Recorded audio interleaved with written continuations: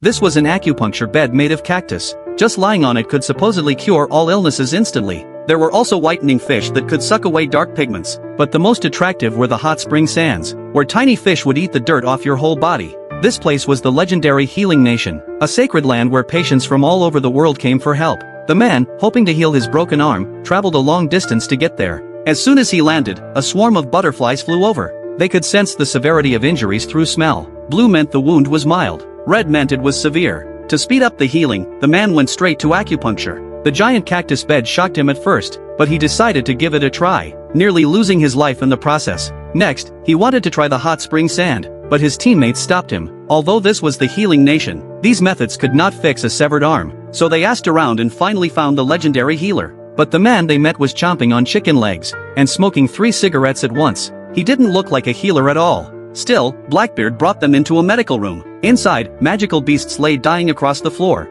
The man immediately regretted coming, but Blackbeard told him not to worry, then kicked a patient across the room. He punched and stomped the wounded creature, smashing all the bandages off.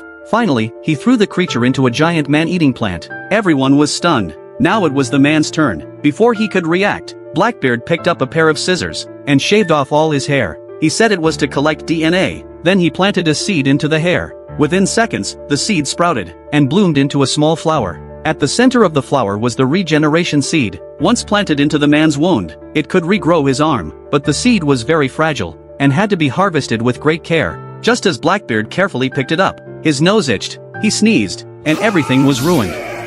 The man had no more hair to use. Luckily, other body hair would work too. After shaving him completely, they planted the seed into his wound. Now, he had to stay inside a nutrient tank, but when he tried to get up and use the bathroom, his face suddenly shriveled, and his whole body dried out like a